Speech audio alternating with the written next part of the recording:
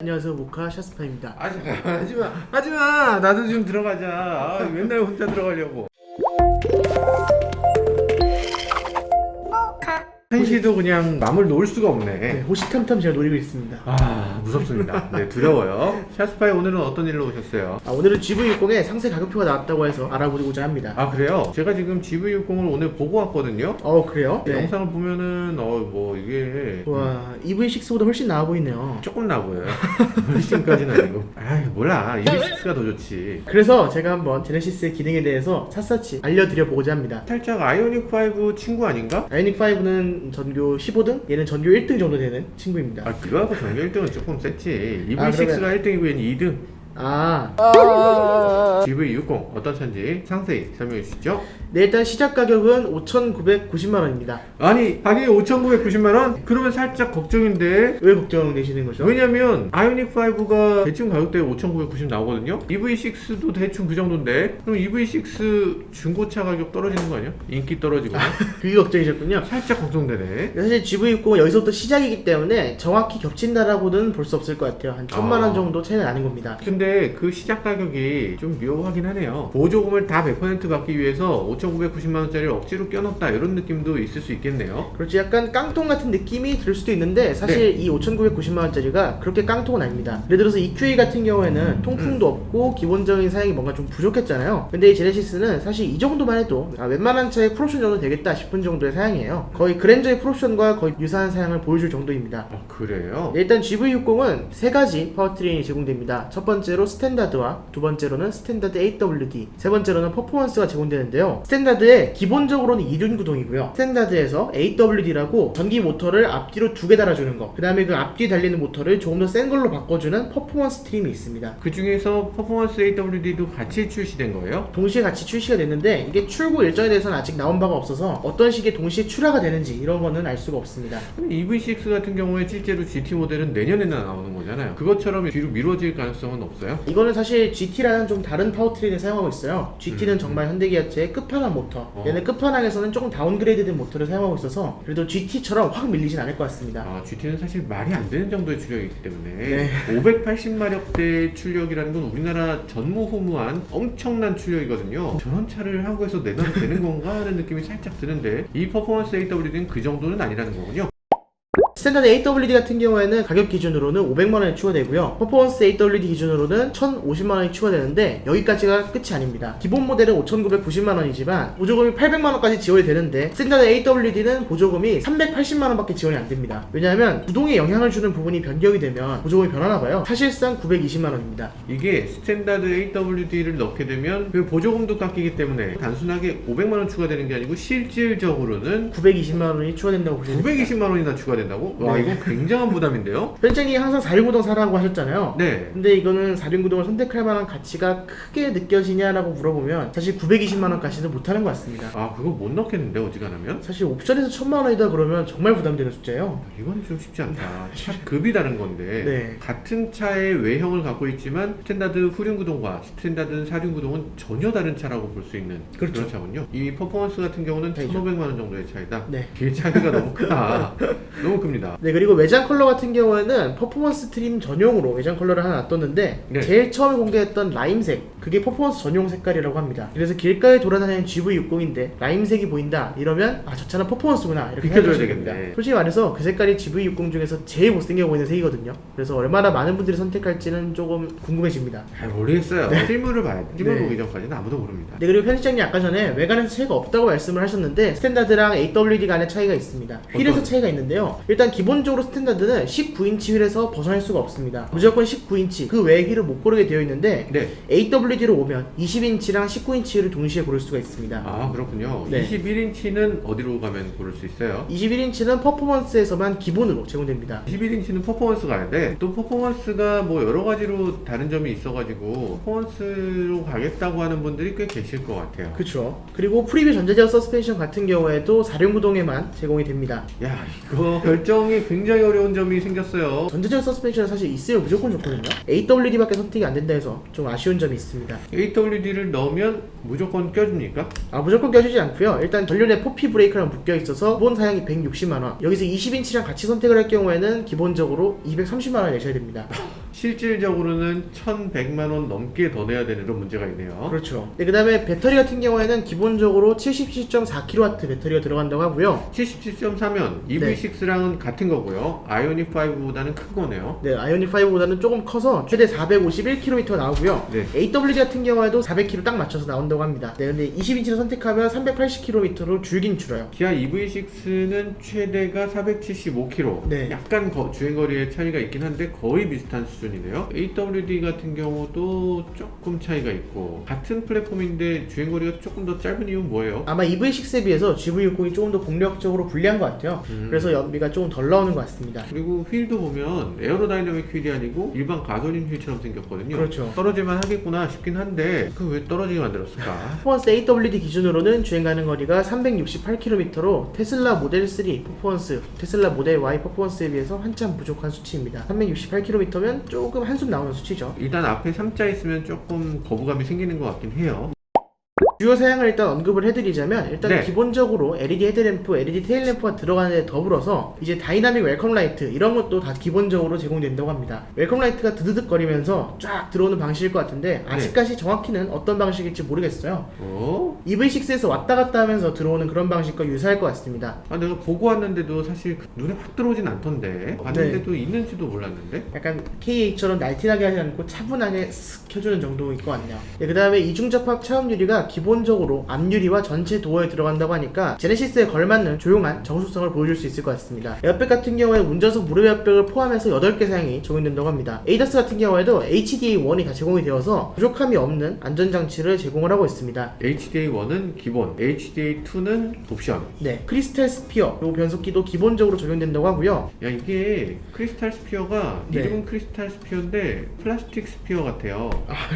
크리스탈 느낌이 들지가 않아요. 한 요거 셌어야 되지 않나. 야간에는 되게 좋을 것 같고 네, 낮에는 조금 주간에는 조금 묘할 것 같기도 해요. 네, 그 다음에 실내 편의 사양 같은 경우에는 기본적으로 디퓨저가 들어간다고 합니다. 네. 조수석 도어 쪽에 보면 디퓨저가 하나 있어요. 운전석 쪽에는 거기서 사이드 미러를 조절하게 하는 그런 네. 다이얼이 있고요. 글쎄 디퓨저에서 뭐가 나오지? 현대기아차 중에서는 처음이기 때문에 이런 부분은 칭찬해야 될 부분인 것 같습니다. 해외 차종 같은 경우에는 전부 다 글로우박스 안쪽에 이 디퓨저를 넣는 장치가 좀 활성화되어 있거든요. 그런 차들이 많죠. 뭐 S클래스도 그렇고 벤츠에서는 많죠. 대부분 차종이 다 그렇게 되고 있기 때문에 이 차도 유럽 공략을 위해서 만든 차니까 이런 거는 좀 좋게 보여지기도 합니다. 아 그렇군요. 근데 디퓨저를 조수석에서만 냄새를 맡아야 되나? 이렇게 퍼지지 않을까요? 예전에 저도 방향제를 여러 가지로 개발해보는 쪽에 잠깐 개발을 좀 해보기도 했는데 디퓨즈가 되게 어려워요. 아, 그래요? 일반적인 방향제를 놓으면 오래 가도록 하면 냄새가 부족하고 빨리 발산되도록 하면 너무 빨리 없어지고 그리고 너무 독해지고 그렇기 때문에 이게 꾸준하게 나오는 게 어려운데 메르세데스 벤츠나 이런 데는 공조장치랑 연결시켜서 거기서 나오게 하고 있거든요. 네. 근데 얘는 그 방향제를 그냥 넣는다고 했을 때 충분한 방향이 되기도 어렵고 꾸준한 방향이 되기도 어려운 그런 구조가 아닌가. 설계의 위치가 썩 좋진 않습니다. 네, 그 다음에 액티브 사운드 디자인 이런 것도 다 기본적으로 되어 있다고 하는데 EV6에 액티브 사운드 디자인이 있거든요. 이거에 대해서는 어떻게 생각하시나요? EV6에 있는 액티브 사운드 디자인 사실 좋아하진 않는데 있으면 네. 좋긴 하더라고요. 저 같은 경우에는 너무 좀 웅웅거리고 시끄럽다는 느낌도 받았거든요. 신경을 계속 건드려서 약간 짜증나게 하는 그런 느낌은 없으신 거군요. 포르쉐 타이칸이 그렇게 나오니까 타이칸하고 똑같네 이러면서 즐거워집니다. 타이칸 뭐 별거 아니구만 이러면서 타고 있어요. 그리고 또 실외 V2의 젠더를 기본적으로 준다고 하는데 GV60과 아이닉 5는 실외 V2의 커넥터가 기본이고요. EV6 혼자서 실내 V2L이 기본입니다. 네. 실내가 기본이고 실외가 옵션인 게 맞지. 당연하죠 그거는. V2L이 안쪽에 있는 건 굉장히 유용하거든요. 실외에 있는 V2L은 저는 일단 한 번도 안 썼고 아마 아무도 안 쓰지 않을까.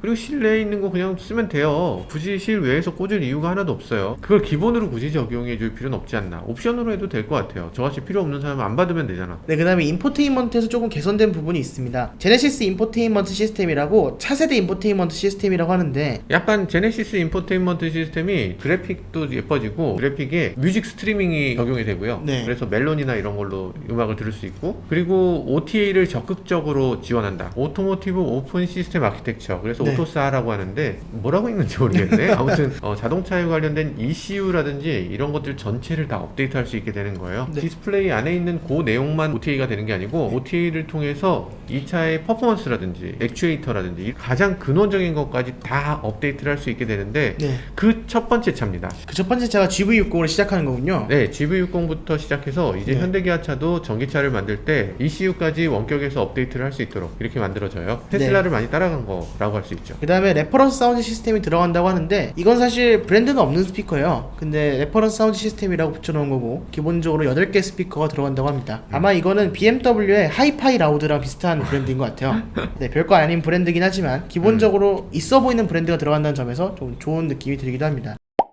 네, 그 다음에 옵션을 좀 몇 개 말씀드려야 될 것 같아요. GV60에만 특화되어 있는 옵션. 첫 번째로 페이스 커넥트가 들어간다고 합니다. 페이스 커넥트? 뭐예요 그게? B필러 쪽에 카메라가 들어가 있어서 운전자 얼굴을 인식해서 잠금을 해제해주는 방식인데요. 스탠다드 트림에는 들어가지 않습니다. 그렇지 뭐 그거 꼭 필요한 건 아니에요 사실. 스탠다드 AWD부터 이 부분이 제공된다고 합니다. 아이폰의 페이스 아이디 같은 거군요. 그래서 페이스 아이디로 아이폰을 잠금 해제하듯이 자동차도 잠금 해제를 해준다. 그렇죠. 좋은데요. 근데 페이스 아이디 우리가 사용해서 봐서 알지만 이게 마스크 쓰면은 작동이 안 돼요. 이제 요즘 같은 시국에 좀 불편하기도 하거든요. 코로나 시국에 딱 내놓는 차가 딱 페이스 아이디를 지원한다는 건 좀 아쉽긴 하네요. 아이폰 같은 경우는 애플워치로 연동을 해서 열 수 있긴 하는데 이 GV60도 뭔가 액세서리랑 연동을 해서 열 수 있으면 더 좋을 것 같습니다. 그리고 네. 저는 좀 이해가 안 되는 게 테슬라는 핸드폰하고 예전부터 연동이 돼서 핸드폰 가까이 가면 자동으로 문이 열리는 게 그냥 일상적이었는데 네. 왜 안 해주죠?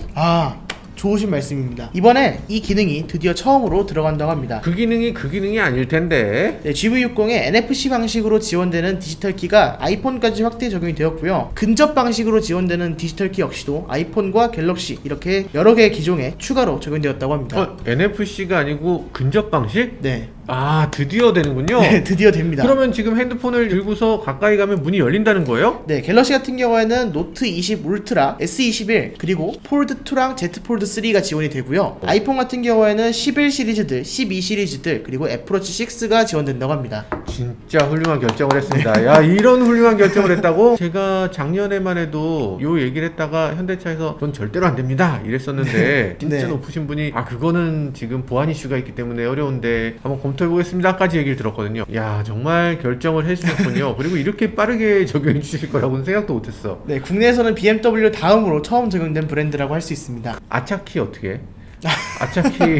네, 그 다음에 또한 지문인식 센서가 들어가 있어서 이제 지문인식을 통해서 운전자 프로필이 자동으로 생성이 되고 그에 따라서 시트가 맞춰주는 기능인데 사실 이 기능은 GV70이랑 K9에 들어가 있기 때문에 그렇게 신기한 기능은 아닙니다. 지문인식이 여기 아래쪽에 있어요. 근데 그 지문인식이 사실 여기를 누르고 시동 버튼을 눌러야 되는 거거든요. 근데 내가 키를 갖고 있는데 굳이 지문을 누르고 시동 버튼을 누른다는 게 좀 넌센스예요. 그걸 왜 그렇게 하죠? 그렇네요. 사실은 이 지문인식 버튼하고 시동 버튼을 하나로 합쳐야 돼요. 시동 버튼을 누를 때 지문인식을 자기가 해야 돼. 그래야지 프로필이 의미가 있지. 요렇게 하는 건 이건 사실상 조금 넌센스 아닌가. 얼굴 인식으로 할 거면 처음부터 끝까지 얼굴 인식으로. 네. 얼굴 인식으로 들어왔는데 시동을 못 걸게 하는 것도 이상해요. 난지 아는데 왜 또 거기서 지문을 또 찍어야 돼. 자꾸 자물쇠를 한 번 아니라 두 번, 세 번 하는 거 요거 약간 한국 은행 같거든요. 네, K 보안이죠. K 보안 같은 건데 이렇게 네. 안 했으면 좋겠어요. 요거 한 번 하고 한 큐에 딱 통과할 수 있게 네. 만들어주면 좋을 것 같습니다. 지문인식을 하고 싶었으면 도어 트림에다 지문인식을 하면 들어갈 때 지문인식으로 들어가서 이걸 한 번에 그냥 할 수 있게 하면 되잖아요. 왜 페이스 아이디를 왜 굳이 하지? 마스크 벗게? 좋은 말씀이신 것 같습니다.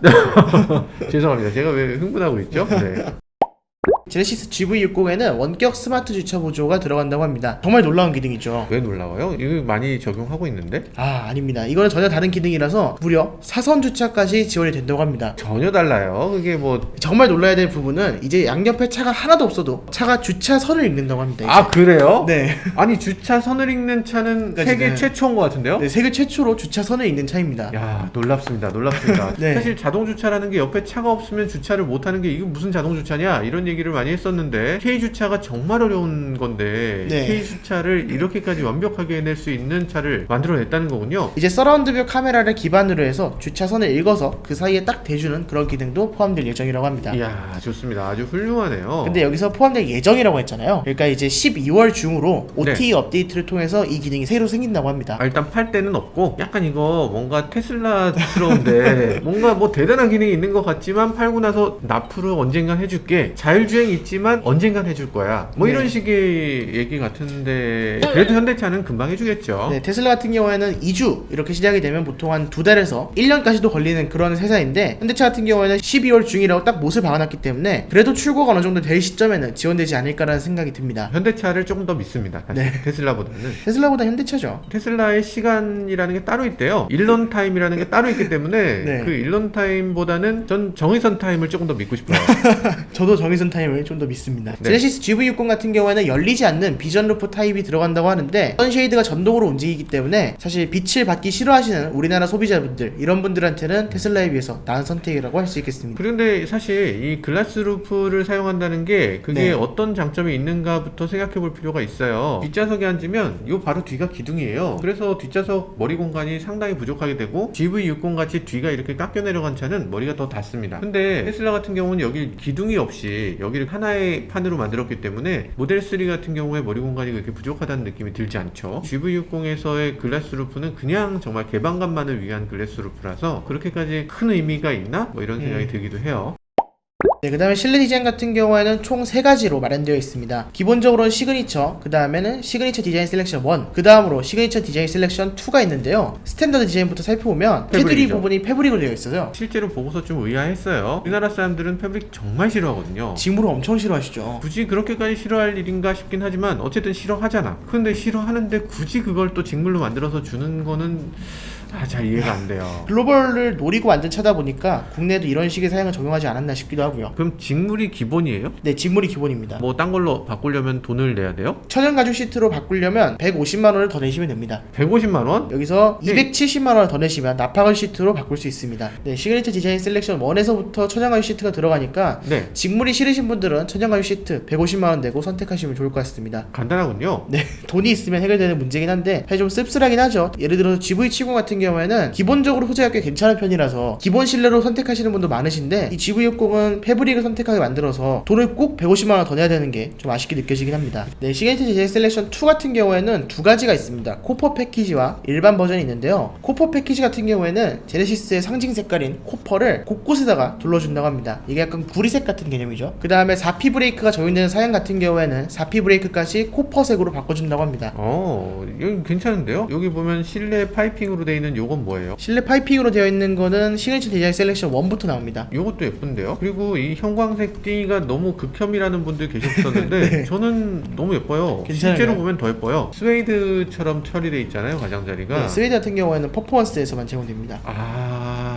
이 형광색 파이핑도 퍼포먼스에만 있나요? 형광색 파이핑은 아마 퍼포먼스부터 들어갈 것 같기도 해요.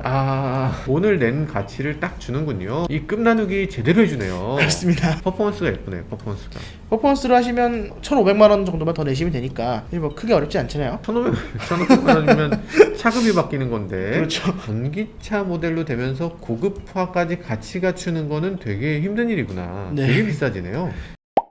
스피커 브랜드가 조금 바뀌었습니다. 베겐올롭스 스피커가 들어왔습니다. 현대기아차도 드디어 뱅앤올롭슨을 넣어주나요? 이거는 누가 봐도 잘 아는 프리미엄 브랜드잖아요. 뱅앤올롭슨 전에 있었던 브랜드는 뭐였어요? 렉시콘이었죠. 렉시콘. 브랜드 파워는 그렇게까지 좋지 않았던 것 같은. 베겐올롭슨이 브랜드 파워에서는 좀 더 이기는 것 같은데 네. 기아차 같은 경우에는 스피커가 메르디안 스피커라고 기아차도 좀 괜찮은 스피커로 쓰잖아요. 이제 메르디안은 사실 이 렉시콘보다는 훨씬 더 대중적이고 더 잘 알려진, 더 고급스러운 느낌이 드는 브랜드죠. 네, 그래서 많은 분들이 차라리 메르디안을 쓰지라는 아쉬움을 가지고 계신 분도 계시더라고요. 아니 비에노 좋잖아요. 비에노가 메르디안보다 조금 더 위지. 네, 메르디안이 어떤 자동차 브랜드의 먼치킨 같은 브랜드인데 굳이 뭐 비에노를 쓰냐라는 말씀하시더라고요. 하긴 자동차 브랜드 중에 비에노 쓰는 브랜드는 되게 많고 네. 메르디안을 쓰는 브랜드는 아주 소수인데 네. 초 럭셔리에만 들어가니까. 그렇죠. 그렇게- 제교 랜드로버 이런 차에 들어가니까요. 그랬던 것 같네요. 그리고 베겐올롭슨 스피커를 선택을 하면 스피커가 17개로 2배 넘게 많아지고요. 오. 액티브 로드 노이즈 컨트롤도 들어간다고 합니다. ANCR 오디오 업그레이드할 이유가 있네요. 이 옵션 가격 같은 경우에는 190만원이라서 생각보다 뭐 그렇게 비싸다 느껴지지 않는 가격인 것 같긴 합니다. 사실 이 오디오 업그레이드가 예전 같으면은 그냥 네. 기본형 오디오 넣고 네. 사설에서 업그레이드 많이 했어요. 요즘은 그게 현실적으로 어렵습니다. 사실 헤드 유닛을 교체를 못 하잖아요. 앰프를 밖에서 빼기도 힘들어요. 여기서 나오는 거를 써야 되기 때문에 지금은 스피커 교체 정도밖에 하기 어렵고 제대로 업그레이드 하려면 무조건 제조사가 주는 업그레이드를 해야 되는데 비싼 업그레이드도 괜찮으니까 한 뭐 500만 원 이상 오디오 옵션 가격을 더 받아도 되니까 오디오 업그레이드 옵션을 좀 비싸게 좀 하나 제공을 해주면 좋을 것 같아요. 이렇게 해서 옵션은 다 살펴본 것 같은데 모카에서 추천하는 옵션도 하나 말씀드려야 될 것 같아요. 일단 기본적으로 5,990만원부터 시작을 하는데 AWD를 저희가 선뜻 추천드리기는 어려울 것 같아요. 너무 비싸니까요. 네, 너무 비싸니까 일단 스탠다드 2륜 구동 다리를 추천을 드리고요. 외관 사양 같은 경우에는 70만원짜리 무광을 선택할 수도 있고 공짜 색깔을 선택할 수도 있는데 무광은 관리하기가 좀 까다롭다고 하니까 그렇게 관리에 자신이 없으신 분들은 무광보다는 유광을 좀 더 추천드립니다. 그만큼 무광을 선택한 사람은 좀 네. 차에 너무 진심이기 때문에 그런 것 같기도 해요. 네. 그러니까 무광 컬러가 검정 무광은 정말 어렵거든요. 근데 검정 무광만 아니면 네. 광이 죽어도 티가 안 나고 네. 긁혀도 티가 안 나고 맘 편히 그냥 쓸 수 있는 그런 색깔이기도 합니다. 이 민트색이 굉장히 마음에 들더라고요. 독특해서 새로운 차 나왔구나 이런 느낌이 들고 한 번씩 쳐다보게 하는 그런 느낌이 드는 것 같아요. 우유니 화이트는 좀 나빴는데 왜냐면 아이오닉을 보는 것 같았어요.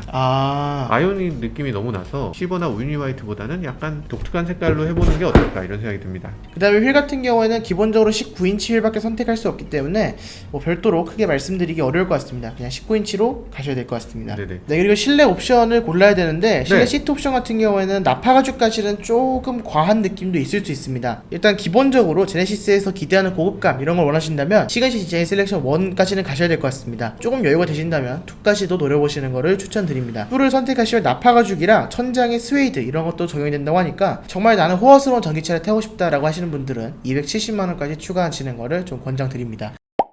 그 다음에 선택 품목 자세하게 알아보면요, 일단 저 같은 경우에는 파퓰러 패키지는 무조건 넣을 것 같아요. 파퓰러는 520만원짜리 옵션인데요, 첫 네. 번째로 헤드업 디스플레이가 들어가 있고, 네, 그 다음에 두 번째로는 후측방 모니터와 서라운드 뷰 모니터, 전방 충돌 방지 보조랑 원격 스마트 주차 보조, 그 다음에 증강현실 내비게이션이 들어간 드라이빙 어시스턴트 패키지 1이 들어오는데, 이거는 원격 주차가 이제 사선 주차나 주차선을 읽고도 지원이 될 예정이라고 하니까 OTA를 기대해서 조금 넣는 걸 추천드립니다. 생각보다 많은 기능들이 들어있어요. 파퓰러 네. 패키지 정도는 꼭 필요하니까 파퓰러라고 이름을 붙여놓은 것 같아요. 네, 이거 그쵸. 안 하면은 사실 제네시스가 아니지 싶은 정도거든요. 네, 그 다음에 컨비니언스 패키지도 묶여있어서 모션 에르건 시트라고 마사지 시트도 들어가고요. 아, 마사지 시트가 들어있어요? 네, 그 다음에 릴렉션 컴포트 시트도 있고, 스티어링 휠이 전동 조절되는 게 여기서부터 들어가고요. 워크인 디바이스 들어가고요. 럼버 소프트도 조수석 여기서부터 들어갑니다. 각종 전동 시트로 조절되는 부분이 다 들어온다고 하고요. 그 다음에 하이테크 패키지도 묶여있어서 헤드램프도 앞차를 피해서 하이빔을 켜주는 지능형 헤드램프가 들어가고, 핸드폰을 들고 가까이 다가가기만 해도 문이 열리는 디지털 키 2도 적용된다고 하니까 사실 520만원짜리 옵션이지만 가성비는 꽤 괜찮게 느껴졌습니다. 지금 굉장히 좋은 그런 옵션들을 이번에 파퓰러 패키지에 저렴하게 넣어준 것 같긴 해요. 네, 다음은 디지털 사이드 미러인데 이거는 딱히 추천드리지 않는 부분입니다. 왜 추천을 안 하는 거예요? 거울에 비해서 현실감이 좀 떨어지기도 하고요. 거리감이 좀 잘 이해가 안 된다 이렇게 네. 된다는 거군요. 그 다음에 패밀리카로 사용하시는 분들이라면 비전 루프까지는 추천해드릴만 할 것 같습니다. 뒷좌석에 있는 사람이 좀 개방감을 느끼게 해줬으면 좋겠다. 그 다음에 HD2 같은 경우에는 150만원짜리 옵션이 묶여있는데 드라이빙 어시스턴트 패키지 2입니다. HDA2 하나를 150만원에 판다고요? 네, 정확히는 HDA2랑 앞좌석 프리액티브 시트벨트인데 프리액티브 시트벨트는 크게 필요 없을 것 같고요. 네. HDA2를 150만원에 판다, 저는 굳이 권유를 드리지 않을 것 같습니다. 근데 이게 전방 충돌 방지 보조도 들어간다면서요, 교차로에서. 네, 교차로 전방 충돌 방지 보조도 지원이 되긴 하지만 그거는 사실 기본적으로도 좀 지원이 되는 기능이라서 아, 다 되는데 조금씩 더 잘 된다. 네, 조금 더 확대 적용되고 이 회피 저항 보조 이런 기준들이 되게 까다로워요. 아. 속도도 뭐 35km 미만 이 정도에서만 작동되기 때문에 사실 HDA2 넣으면 좋겠지만 굳이 뭐 150만원이 가성비가 있는 옵션은 아니다라는 생각이 들었습니다. 그렇군요. 그리고 약간 그런 게 있어요. 내비게이션 기반 스마트 크루즈 컨트롤을 하는데 진출입로라고 써있거든요. 진출입로에서 속도를 줄여서 돌겠다 이 뜻인가요? 이게 원래는 진출입로까지는 내비게이션 인식이 안 됐어요.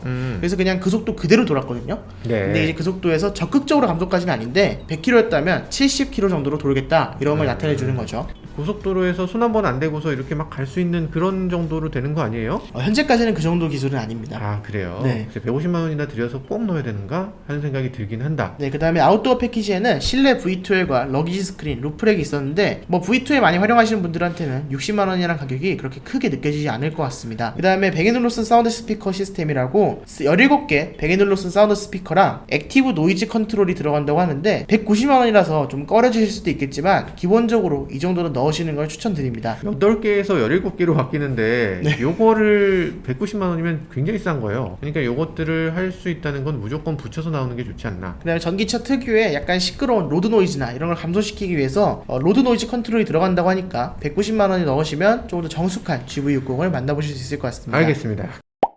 그럼 이런 옵션들을 다 더했을 때 얼마 정도의 가격이 되는 거예요? 네, 이렇게 해서 총 차값은 6,950만 원입니다. 6,950만 원. 생각보다 만만치 않네요. 네. 야, 5,990만 원이네 하고 들어왔는데 6,950만 원. 1,000만 원이 더 올라가는 기적을 또 맛보게 되네요. 그렇지만 여러분들 좀 희망 가지실 만한 부분이 네. 대부분의 지자체들이 보조금이 한 1,000만 원 정도 되잖아요. 옵션 값은 지자체가 내줍니다. 아, 그래요. 그렇기 때문에 결국에 5,900만 원 아니면 6,000만 원 정도면 살 수 있을 것이다. 그러면 사실 EV6에 비해서 1,000만 원 좀 비싼 거네요. 그렇죠. EV6에 비해서 비싼 거예요. EV6랑 저는 대등하거나 좀 더 저렴한 거 아닌가 이렇게 네. 생각까지 했는데 사실 EV6보다 1,000만 원 비싼 차고 아이오닉보다는 한 1,500만 원 비싼 차. 네. 이렇게 보는 게 맞겠군요. 시작가의 그 마법이네. 이거 맞아요. 다 빼고 시작가를 5,990이라고 얘기를 하니까 묘하지만 우리나라 보조금 정책이 그렇게 돼 있는 걸 어쩌겠나 하는 생각이 들기도 하네요. 대중적으로 모든 사람들이 아마 만족할 만한 금액은 네. 이 6,950만 원짜리 요게 가장 저희가 추천드리는 옵션이고요. 이 제네시스 GV60 같은 경우는 이 퍼포먼스를 얘기하지 않을 수가 없는 것 같아요. 이 퍼포먼스가 정말 한 번쯤 이런 차를 갖고 싶다라는 분들이 분명히 계실 것 같고 럭셔리한 분들을 위한 추천을 한번 해보죠. 일단 당연히 퍼포먼스를 가야 되겠죠. 퍼포먼스는 그럼 나머지를 똑같이 하고 퍼포먼스로만 바꿨을 때는 얼마인가요? 1,050만 원입니다. 여기서 1,050만 원을 추가하면 되는 게 아니라는 거죠. 여기서 1,050만 원을 추가하면 딱 8,000만 원이거든요. 기본 모델에 비해서 보조금이 절반 이상 깎이기 때문에 사실 기본적인 심적 부담은 좀 더 올라간다고 생각하셔야 됩니다. 그럼 한 1,500만 원 그 네. 이상이 더 올라가는 거라고 생각하시면 될 것 같습니다. 야, 퍼포먼스를 위해서 1,500만 원을 태워? 야, 그건 조금 부담스럽긴 하네요. 그래도 좋은 선택이 될 수 있을 것 같다는 생각은 듭니다. 자, 오늘 이렇게 제네시스 GV60 세부 옵션들과 가격에 대해서 살펴봤는데요. 모두 도움이 좀 되셨으면 좋겠습니다. 지금까지 저는 모카 김한용이었습니다. 전 지금까지 모카 김광영이었습니다. 감사합니다. 감사합니다.